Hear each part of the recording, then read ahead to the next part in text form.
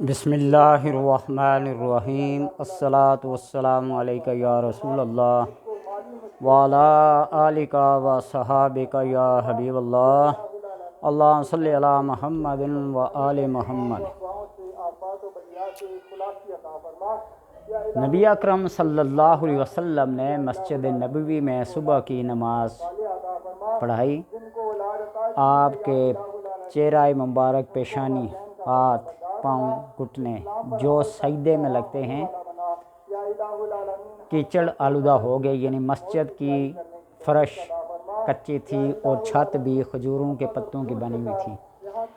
آپ نے فرمایا کہ کچھ لوگوں نے مجھے اور میرے اللہ پہ ایمان لایا اور کچھ نے میرا اور میرے رب کا انکار کیا۔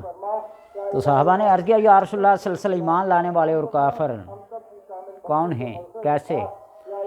آپ نے فرمایا، جن کا یہ خیال ہے کہ آج رات یہ بارش فلاں ستارے کی وجہ سے، فلاں ہواؤں کی وجہ سے، اس سبب سے ہوئی ہے، نے میرا اور میرے رب کا انکار کیا۔ اور جن نے کہا کہ یہ رب کے فضل سے، اس کی رحمت سے، اس کی قدرت سے ہی انہوں نے میرے اور میرے رب کا پکا اقرار کیا۔ کہنے کا مطلب یہ حدیث پڑھنے کا کہ مختلف سوشل میڈیا پہ ویڈیوز وائرل ہو رہی ہیں دبئی اور سعودی عربیہ کے بارے میں۔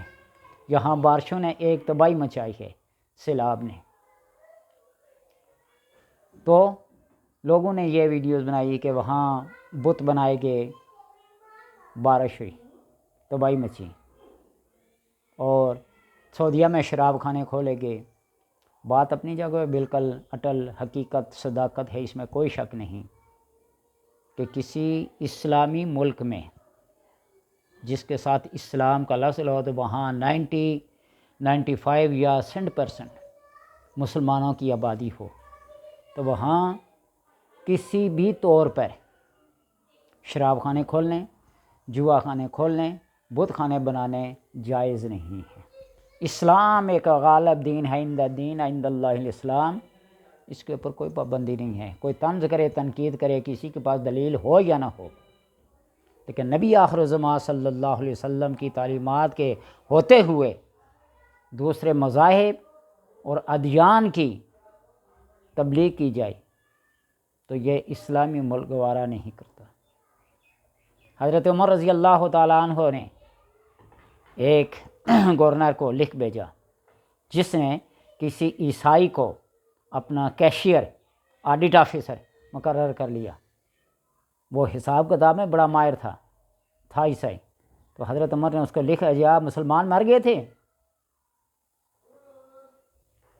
اسلامی جمہوریہ کا مطلب یہ ہوتا ہے کہ جہاں حدود آرڈیننس، جھوٹ بولنے پہ بھی تعزیر ہو، زنا کرنے پہ، شادی شدہ اور غیر شادی شدہ رجم، سنسار، کوڑے مارنے کا اصول ہو، قانون ہو، شراب پینے پر کوڑے مارے جائیں۔ یہاں تو پرمٹ جاری کیے جاتے ہیں، اور پھر اوپر سے کہتے ہیں کہ یہ بارشیں اور یہ سیلاب امریکہ کی سازش ہے، ہارپ ٹیکنالوجی۔ ترکی میں زلزلہ آیا، الزام امریکہ پہ لگا۔ دبئی میں بارشیں ہوئیں، فلاں نمبر کا جہاز دیکھا گیا، اس نے اڑان بھری، فلاں اتنے بج کر اتنے منٹ پہ یہ ہوا وہ ہوا۔ سعودیہ میں بارشیں ہوئیں۔ مانتے ہیں کہ ٹیکنالوجی بہت ایڈوانس ہو گئی ہے، بہت ترقی کر لی ہے، لیکن اللہ کی حکمت کو، اس کی قدرت کو نہیں پا سکتی۔ اس بات کو ذہن میں رکھیے۔ تو اس لیے عقائد اور نظریات اگر کمزور ہوتے جائیں تو پھر اللہ تبارک و تعالیٰ اس کمزور عقیدے کی سزا بھی دیتے ہیں۔ جسے کہتے ہیں نا، شیر آیا شیر آیا، شیر پھر آ بھی جاتا ہے اور اس کا بچانے والا بھی اس کے پاس کوئی نہیں پہنچتا۔ تو اس لیے جب کوئی ایسی باتیں ہوئیں، آفتیں، مصیبتیں، تکلیفیں آئیں، تو اللہ کے حبیب صلی اللہ علیہ وسلم نے طریقہ کار بتایا ہے۔ استغفار کرو، اپنے گناہوں کی معافی مانگو، نمازیں پڑھو، اذانیں دو، قرآن کی تلاوتیں کرو، اللہ کے سامنے جھک جاؤ۔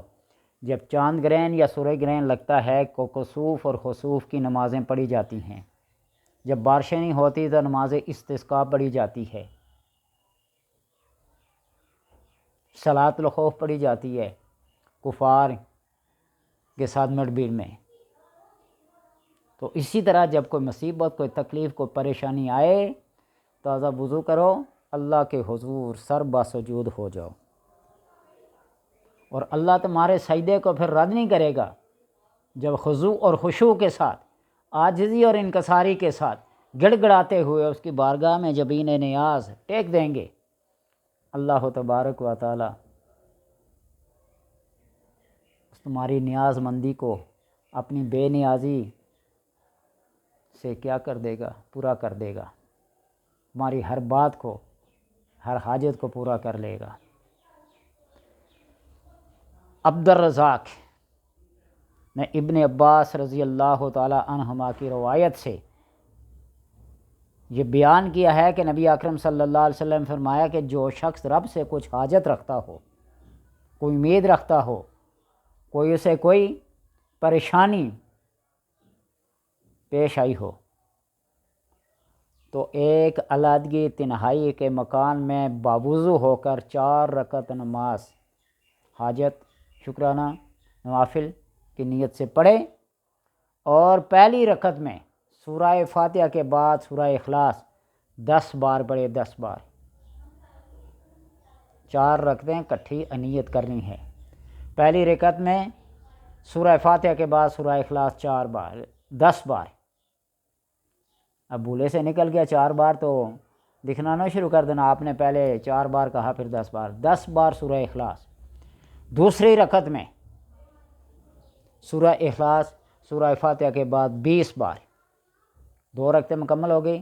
التحیات عبدہ و رسولہ سے آگے اللہم صلی پڑھ کر رب اجعلنی ربنا آتنا فی الدنیا، جو بھی دعائیں آتی ہیں وہ سب پڑھ کر ایک سلام نہیں پھیرنا ہے، پھر تیسری رکعت کے لیے اٹھ جانا ہے۔ سبحانک اللہم و بحمدک کا وتبارک اسمک کا یہاں سے شروع کرنی ہے، اور تیسری رکعت میں، اسی تیسری رکعت میں سورہ اخلاص کو آپ نے 30 بار پڑھنا ہے، اور جب چوتھی رکعت پڑھیں گے تو اس میں سورہ اخلاص کو فاتحہ کے بعد 40 بار پڑھیں گے۔ یہ آپ کی 4 رکعتیں مکمل ہوئی سلام پھیرنے کے بعد۔ پھر سورہ اخلاص کو 50 بار پڑھیں گے۔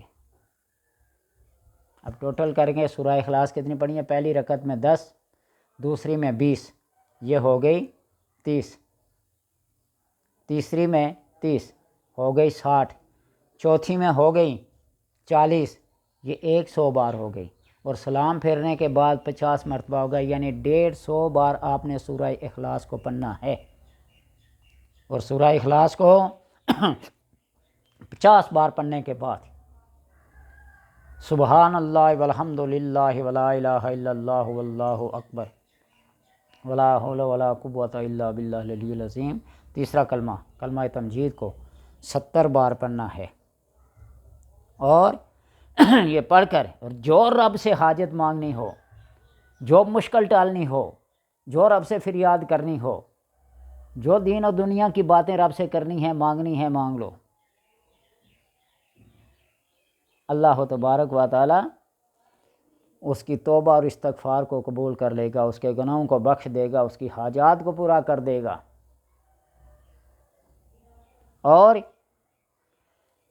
جو رب سے اس انداز میں عاجزی اور انکساری گڑ گڑاتے ہوئے، التجا کرتے ہوئے دعا مانگتا ہے، اللہ اس کی دعا کو رد نہیں کرتا، اور اللہ تبارک و تعالی اس سے ناراض ہوتا ہے۔ کس بندے سے؟ جو رب سے دعا نہ کرے، جو رب سے مانگے نہ، مانگنا اسی کے سامنے، عطا کرنا اسی کے شایان شان ہے، تو یوں ایسا کریں، اللہ تبارک و تعالی حاجات کو پوری کرنا۔ عبداللہ ابن عباس رضی اللہ تعالیٰ عنہ فرماتے ہیں کہ اپنے احمقوں کو، بے وقوفوں کو، نادانوں کو، ناسمجھوں کو یہ نماز، یہ وظیفہ، یہ دعا نہ سکھاؤ، وہ گناہوں پہ استعانت کریں گے، گناہ کریں گے، رب کے جلال کو دعوت دیں گے، اور پھر یہ دعائیں کرنا شروع کر دیں گے۔ اللہ تبارک و تعالیٰ تو مہربان ہے، کریم ہے، ستار ہے، غفار ہے، رحمت خداوندی بہانہ میں جو ہیں وہ تو بہانے تلاش کرتی ہے کسی طرح میرا بندہ میری بارگاہ میں آ کر میرے سامنے جھک جائے، اور وَلَمْ يَصِرُّوا عَلَىٰ مَا فَعَلُوا، اور جو گناہ اسے سرزد ہو گیا اس پہ ڈٹ نہ جائے، شرمندہ ہو جائے، ندامت کے آنسوں بہا لے۔ اللہ کے ڈر اور خوف کی وجہ سے آنکھوں سے ایک آنسوں مکھی کے سر کے برابر جو نکلتا ہے، اللہ تبارک و تعالیٰ کی رحمت جوش میں آ کر اس کو کیا کر دیتی ہے؟ ختم کر دیتی ہے، بہا دیتی ہے گناہ کو۔ التائب من الذنب کمن لا ذنب لہ، توبہ کرنے والا گناہوں سے ایسا جس نے اسے گناہ کیا ہی نہیں ہے۔ اور جب بندہ اللہ کی بارگاہ میں رجوع کرتا ہے، اس کے سامنے گڑ گڑاتا ہے، اپنی پیشانی کو سجدے میں رکھتا ہے، تو اللہ تبارک و تعالیٰ بہت خوش ہوتے ہیں، بہت خوش ہوتے ہیں۔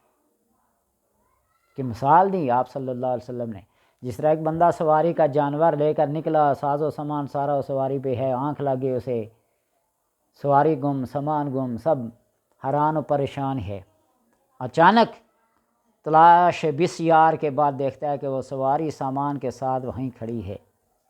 خوشی کے مارے وہ یہ الفاظ ادا کرتا ہے، اللہم انت عبدی وانا ربک، اے اللہ میں تیرا رب ہوں اور تو میرا بندہ ہے۔ اس کی اس توبہ کی خوشی میں، اس کو سامان کے ملنے کی خوشی میں یہ بھول ہی گیا کہ رب کون ہے اور میں کون ہوں، اپنے آپ کو رب کہتا ہے اور اللہ کو بندہ اپنا کہتا ہے۔ اللہ یوں پھریں اور کہتا ہے، اللہ پھر فرماتا ہے انا ربک وانت عبدی، میں تیرا رب ہوں اور تو میرا بندہ ہے، جب سجدے میں سرے۔ تو اس لیے اللہ تبارک و تعالیٰ کے حضور عاجزی انکساری، اپنی حاجات کا ملجا اور ماوا کسی کی ذات کو وسیلہ بنا کر اس کی بارگاہ میں جھک جائیں۔ کئی روایات میں آتا ہے نا قرآن پاک کو یوں سر پہ رکھ کے حضرت فاطمہ الزہراء رضی اللہ تعالی عنہا کا واسطہ دے کے مانگیں، اللہ رد نہیں کرتا۔ الہی بحق بنی فاطمہ کے بر کولی ماں کنی خاتمہ، اللہ تجھے اولاد فاطمہ کا واسطہ ہے، میرا خاتمہ ایمان پہ کرنا ہے۔ اس لیے سب سے بہتر دنیا کی زندگی جو ہے ایمان بالخیر کے ساتھ۔ بابو جی صاحب رحمۃ اللہ تعالی گولڈا شریف کے بارے میں ہے کہ جہاں بھی جاتے تو اسے کہتے میرے لیے خاتمہ بالخیر کی دعا کریں، اور جو بیمار کے پاس جا کے اپنے لیے دعا کرتا ہے نا، بیمار کی دعائیں قبول ہوتی ہیں۔ لاکھ اعتراضات حدیث بیان کر کے حدیث کو پھر آگے اس کی قسم کو موضوع بنا لیں، ضعیف بنا لیں، غریب بنا لیں، حسن بنا لیں، مرسل بنا لیں، منقطع بنا لیں، تمہاری مرضی ہے۔ یہ ہے حدیث، اور حدیث کی یہ کوئی مشہور 6 کتابیں یہی نہیں ہیں، اس کے علاوہ بے شمار کتابیں ہیں۔ ضد لگا کے بیٹھ جانا جو کہ بخاری میں ہے وہی ہے۔ تو طاہر القادری صاحب بیان فرمایا کرتے نا، اگر سب کچھ بخاری کی بات کا مان لیا جائے تو پھر بخاری میں یہ بھی ہے نا، کھڑے ہو کر پیشاب کرنا شروع کر دو پھر کھڑے ہو کر۔ بات یہ ہے کہ اچھی بات کو دیکھو، وہ دیوار پہ لکھی ہوئی ہو، کسی صحیفے میں لکھی ہوئی ہو، کسی کتاب میں لکھی ہوئی ہو، لکھنے والا کوئی بھی ہو، بتانے والا کوئی بھی ہو، تم اچھی بات کو فالو کرو۔ اللہ تبارک و تعالیٰ سے دعا ہے کہ صالحین پاکیزہ لوگوں پہ اعتراضات اور ان پر کیچڑ اچھالنے کے بجائے اپنے گریبان میں جھانک کے دیکھیں کہ تو کیا ہے۔ مولانا روم مثنوی میں لکھتے ہیں نا کہ گیدڑ شام کو نکلتے ہیں، رات کو نکلتے ہیں، وہ پھر اپنے اپنے اجداد کی امجاد کی تعریفیں کرنا شروع کر دیتے ہیں، میرا دادا فلاں تھا، میرا پیو یہ تھا، میرا باپ یہ تھا، میرا نانا یہ تھا۔ جن تو ان میں سے ایک گدڑ بولتا ہے تو اپنے بارے میں بتا، تو کیا ہے؟ یہ بات ہے، اپنے بارے میں سوچو تم کیا ہو۔ پاکیزہ لوگوں کے اوپر کیچڑ اچھالنا، تہمت لگانا، الزام لگانا، یہ ہے جس طرح آج کل سوشل میڈیا پہ حضرت عثمان رضی اللہ تعالیٰ عنہ پہ کیچڑ اچھالا جا رہا ہے۔ عثمان ہے، نبی اکرم صلی اللہ علیہ وسلم میں رشتے کے لحاظ سے دیکھا جائے تو حضرت علی رضی اللہ تعالیٰ عنہ کے بعد جو سب سے قربت والا رشتہ ہے وہ آپ صلی اللہ علیہ وسلم اور حضرت عثمان کا ہے، شجرے کے لحاظ سے، حسب و نسب کے لحاظ سے۔ پڑھ کے دیکھ لینا کتابیں انصاب کی، شجرے کی کتابیں بھی پڑھ کے دیکھ لیا کرو، صرف تاریخ ہی نہیں، تاریخ کے اوپر ہمارا ایمان نہیں ہے۔ تاریخ ہمیشہ دو باتوں پہ لکھی جاتی ہے، عقیدت پہ اور نفرت پہ۔ جس سے نفرت ہو جائے اس کی اچھائیاں بھی برائیوں میں ہو جاتی ہیں، اور جس سے محبت ہو جائے اس کی برائیاں بھی اچھائیوں میں بیان کرتے ہیں لوگ۔ اس لیے عطا اللہ شاہ بخاری کا بیٹا تھا نا، ہمیشہ لائبریریوں میں رہتا تھا، تو ایک دن چھاپا پڑ گیا باپ کا، امیر معاویہ کے بارے میں چھان بین کر رہا تھا، تو انہیں تاریخی الفاظ کا ہے کہ صحابہ کی زندگی کو قرآنی اوراق میں دیکھو، قرآنی اوراق میں، تاریخی اوراق میں نہ دیکھو۔ تلک الرسل فضلنا بعضهم علی بعض، جب اللہ انبیاء کے بارے میں یہ فرماتا ہے تو انبیاء کے بعد کی جو ہستیاں ہیں نا، ایک سے ایک بڑھ کر ایک کی فضیلت ہے، کس کو اونچا دکھاؤ گے، کس کو نیچا دکھاؤ گے۔ یہ جو مسئلے چلے ہیں در والے گھر والے بھول جاؤ، سب نبی کے در کے گدا ہیں، کوئی بھی ہو۔ اللہ تبارک و تعالی سمجھ اور بوجھ عطا کرے۔